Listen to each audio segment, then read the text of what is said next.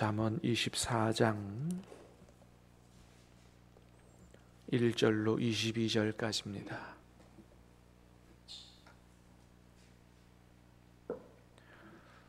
잠언 24장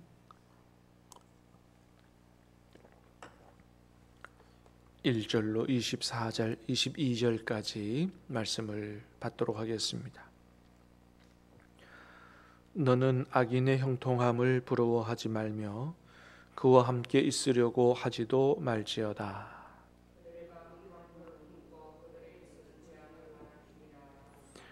집은 지혜로 말미암아 건축되고 명철로 말미암아 견고하게 되며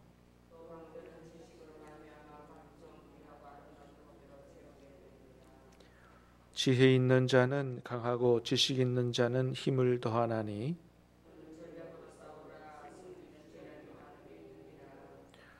지혜는 너무 높아서 미련한 자가 미치지 못할 것이므로 그는 성문에서 입을 열지 못하느니라.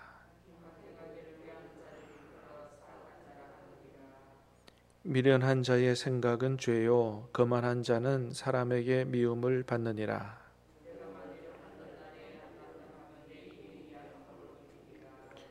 너는 사망으로 끌려가는 자를 건져주며 살육을 당하게 된 자를 구원하지 아니하려고 하지 말라.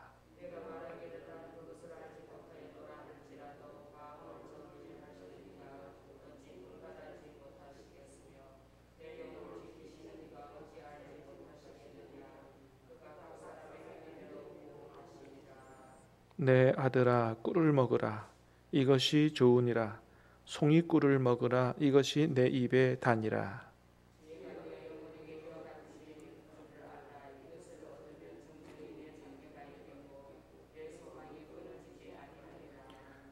악한 자여 의인의 집을 엿보지 말며 그가 쉬는 처소를 헐지 말지니라.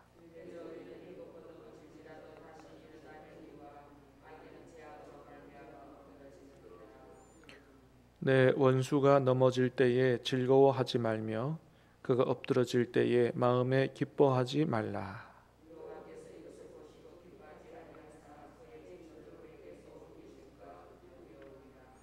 너는 행악자들로 말미암아 분을 품지 말며 악인의 형통함을 부러워하지 말라.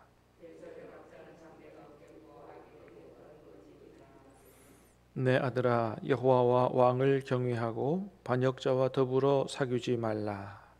대저 그들의 재앙은 속히 임하리니 그 둘의 멸망을 누가 알랴. 아멘. 오늘 말씀은 주로 악인의 형통을 바라보는 지혜를 가지라, 그런 말씀이 주를 이루고 있습니다. 자, 1절 2절을 다시 봅니다. 시작. 너는 악인의 형통을 부러워하지 말며 그와 함께 있으려고 하지도 말지어다. 그들의 마음은 강포를 품고 그들의 입술은 재앙을 말함이니라. 아멘. 악인의 형통을 부러워하지 말며 그와 함께 있으려고도 하지 말라. 성경에는 이런 교훈의 말씀이 많죠. 시편에도 37편, 73편 그런 시편들이 바로 악인의 형통을 부러워하지 말라, 그런 말씀을 기록하고 있습니다. 왜 그렇습니까? 결국에는 지금은 잠시 잘 되는 것 같으나 결코 하나님이 그냥 두지 않으신다. 반드시 하나님이 심판하신다. 그래서 악인의 형통을 부러워하지도 말고 또 악인의 형통을 보고 나는 왜 이러냐고 원망하고 불평하지도 말라. 하나님을 바라보라. 하나님을 의지하면 그가 모든 것을 이루시고 내 빛을 정오의 빛같이 드러내실 때가 온다고 그렇게 말씀해 주고 있죠. 자, 19절 20절도 마찬가지입니다. 19절 20절 시작. 너는 행악자들로 말미암아 분을 품지 말며 악인의 형통함을 부러워하지 말라. 대저 행악자는 장래가 없겠고 악인의 등불은 꺼지리라. 그렇습니다. 이 세상에서는 잠시 뭐 수단과 방법을 가리지 않고 또 약자의 것들을 뺏고 이런 못된 사람들, 이런 사람들이 뭐 좋은 차도 타고 다니고 또 좋은 집도 사고 해서 부러움을 살 수 있지만 절대 부러워할 필요도 없고 또 분노를 가질 필요도 없다. 하나님이 반드시 심판하신다. 아까 1절에서 말씀 우리가 본 것처럼 또 그 옆에 함께 있으면서 그들에게서 뭐 혜택을 받으려고 뭐 이렇게 절대 해서는 안 된다. 말씀해 주고 있습니다. 결국 하나님께서 복을 주시는 사람이라야 결국이 잘 되게 될 줄로 믿습니다. 여러분들이 다 결국에 잘 되는 그런 하나님의 복을 받으시기를 주님의 이름으로 축복합니다. 자, 3절 4절 보겠습니다. 시작. 집은 지혜로 말미암아 건축되고 명철로 말미암아 견고하게 되며 또 방들은 지식으로 말미암아 각종 귀하고 아름다운 보배로 채우게 되느니라. 아멘. 집은 지혜로 말미암아 건축되고 명철로 말미암아 견고하게 되며 방들은 지식으로 말미암아 각종 귀하고 아름다운 보배로 채우게 되느니라. 그렇습니다. 우리의 집이 지혜로 말미암아 건축되고 견고하게 되고 귀하고 아름다운 것으로 채우게 되는 거지, 돈 많다고 집이 그렇게 견고하게 행복하게 세워지지 않는다라고 하는 것이죠. 세상 사람들이 원하는 부귀영화로 거기 그렇게 되는 게 아니다. 사실 뭐 우리가 그런 것들을 세상에서 많이 봅니다.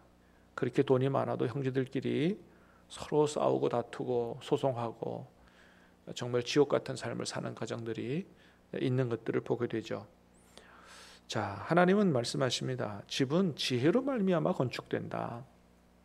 우리의 가정이 정말 행복하게 견고하게 각종 귀한 것들로 풍요롭게 사는 거, 이거는 그냥 되는 게 아니고 세상 부귀영화로 되는 게 아니고 지혜와 명철, 지식, 하나님이 주시는 지혜, 명철, 성경적 지식, 이런 것들로 만들어지는 것이다 라고 하는 것입니다. 그래서 우리가 행복하지 않은 삶을, 우리 가정이 행복하지도 풍요롭지도 않은 이런 삶을 산다. 그러면 하나님이 주시는 지혜로 우리 가정이 건축되고 있는가 잘 돌아볼 필요가 있다는 거예요. 하나님은 말씀하시죠. 행복하고 풍요로운 천국 같은 가정이 되려면 어떻게 해야 되느냐. 남편은 아내를 사랑해야 되고 아내는 남편을 존경해야 되고 또 자식은 부모를 공경하고 순종해야 하고 또 부모는 주님의 교양과 훈계로 잘 가르쳐야 그 가정이 정말로 예수 그리스도 안에서 견고하고 행복한 가정이 되는 거지, 세상 뭐 다른 걸로 그렇게 행복하고 풍요로운 복된 가정이 되는 것이 아니다라고 하는 것이죠. 그래서 우리 신함교회에 속한 모든 가정들은 주님이 주시는, 가정을 만드신 하나님이 주시는 가정을 견고하고 행복하고 견고하고 풍요롭게 세워가는 이 비밀을 그대로 순종해서 우리 가정들이 다 주님 안에 복되고 형통한 풍요로운 가정들이 다 되시기를, 천국 가정 되시기를 주님의 이름으로 축복합니다. 네. 자, 그 다음에 우리 11절 12절 시작. 너는 사망으로 끌려가는 자를 건져주며 살육을 당하게 된 자를 구원하지 아니하려고 하지 말라. 내가 말하기를 나는 그것을 알지 못하였노라 할지라도 마음을 저울질하시는 이가 어찌 통찰하지 못하시겠으며 내 영혼을 지키시는 이가 어찌 알지 못하시겠느냐. 그가 각 사람의 행위대로 부응하시리라. 아멘. 사망으로 끌려가는 자를 건져주며 살육을 당하게 된 자를 구원하지 아니하려고 하지 말라. 한마디로 말하면 못 본 채 하지 말라 그거죠. 하나님께서 다 보고 계시고 그런 경우에 우리가 어떻게 하는지를 보고 하나님이 그 행위대로 보응하신다라고 하는 거죠. 17절 18절 시작.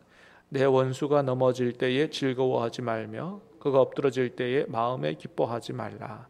여호와께서 이것을 보시고 기뻐하지 아니하사 그의 진노를 그에게서 옮기실까 두려우니라. 아멘. 자, 금방 우리 11, 12절 또 17절 18절 말씀 보면 누가 생각이 나냐 하면 다윗이 생각이 나죠. 다윗이 그렇게 살았죠. 사망으로 끌려가고 살육을 당하게 된 자를 못 본 채 하지 않았죠. 그일라 주민들이 블레셋의 침략을 당해서 살육을 당하게 됐을 때 다윗이 못 본 채 하지 않았습니다. 그때 다윗은 사울 왕에게 쫓겨다니고 도망다니던 시절이었어요. 자기 코가 석자입니다.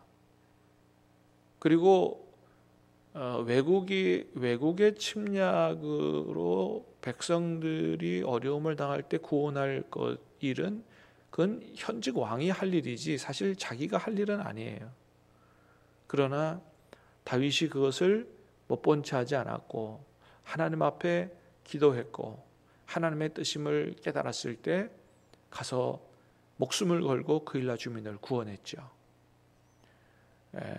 어려움 빠진 사람들을 못 본 채 하지 않았다. 또 원수가 넘어질 때 즐거워하지 않았다. 엎드러질 때 기뻐하지 않았다. 원수 같은 사울 왕이 죽었을 때 박수치고 기뻐하지 않았죠. 오히려 그것이 기쁜 소식이라고 전해주러 온 그 사람을 오히려 처형했죠. 오히려 애가를 지어서 그렇게 슬퍼하는 이런 모습을 보였죠.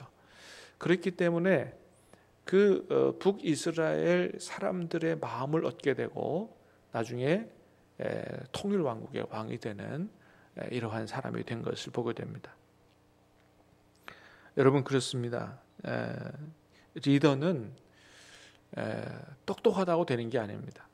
덕이 있어야 되는 것이죠. 똑똑한 사람은 참모가 되는 거지 리더가 되는 게 아니에요. 그래서 똑똑한 게 최고가 아니고 덕을 겸비한 오히려 좀 덜 똑똑해도 덕을 겸비한 사람이 리더가 되는 것입니다. 그런 면에서 다윗은 하나님의 말씀을 따라 삶으로 덕을 갖춘 그런 왕이 되고 사람의 마음을 얻는 왕이 된 것입니다. 자, 16절 말씀 보겠습니다. 16절 시작. 대저 의인은 7번 넘어질지라도 다시 일어나려니와 악인은 재앙으로 말미암아 엎드러지느니라. 아멘. 그렇습니다. 의인은 7번 넘어질지라도 다시 일어나게 된다. 의인도 넘어질 때가 있다는 거죠. 어려움을 당하고 고난을 당하고 또 악인의 형통함을 보고 넘어질 수 있다는 거죠. 그러나 하나님께서 그걸 그냥 두지 않으신다. 의인의 넘어짐을 긍휼히 여기시고 하나님께서 다시 일으켜 세워주신다.